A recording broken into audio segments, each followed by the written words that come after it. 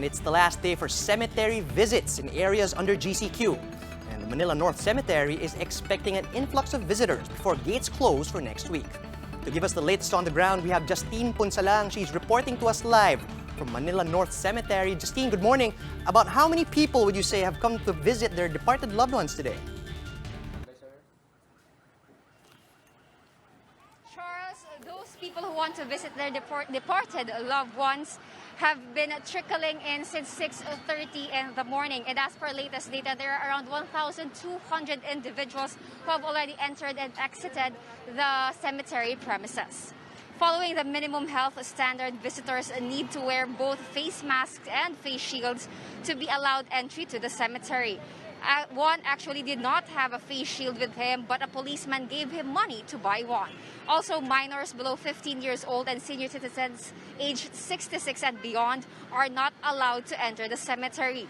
Their relatives have the option to leave them at a waiting area provided by the local police, or they can send them home. One visitor, Nanay Armelinda, expressed disappointment upon learning that she cannot enter the cemetery because of her age. He said it had been her tradition since the 90s to visit her deceased husband. After bag inspection at the entrance to ensure that visitors do not have any flammable materials with them and other prohibited items, they will pass through a disinfection booth where they will be misted with disinfectant. Then their body temperature will be taken via non-contact thermal scanner before they can proceed to the resting place of their departed loved ones. Visitors can only visit the cemetery until 5 p.m. today, and after that, the cemetery gates will be locked for the next 7 days. This is exactly the reason why another visitor named Roger came here today. He said this is his only spare day, so he took the chance to visit his dead relatives. He also said that he came early so as to avoid interactions with other visitors.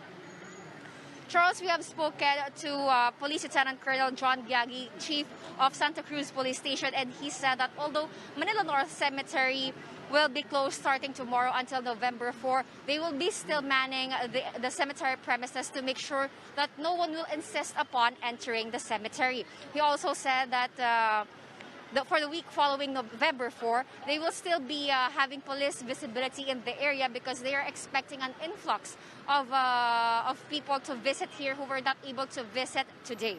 Charles?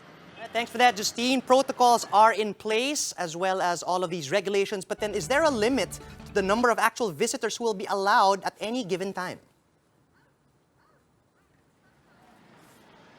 Well, Charles, according to Sir Gyagi, they have a limit of 30% capacity for the whole of the cemetery. However, they cannot give us exact numbers because the cemetery is actually 53 hectares. But he said there are around 106,000 individuals buried here, and if basing from that number, there could if there is 1:1 person to 1 person is to one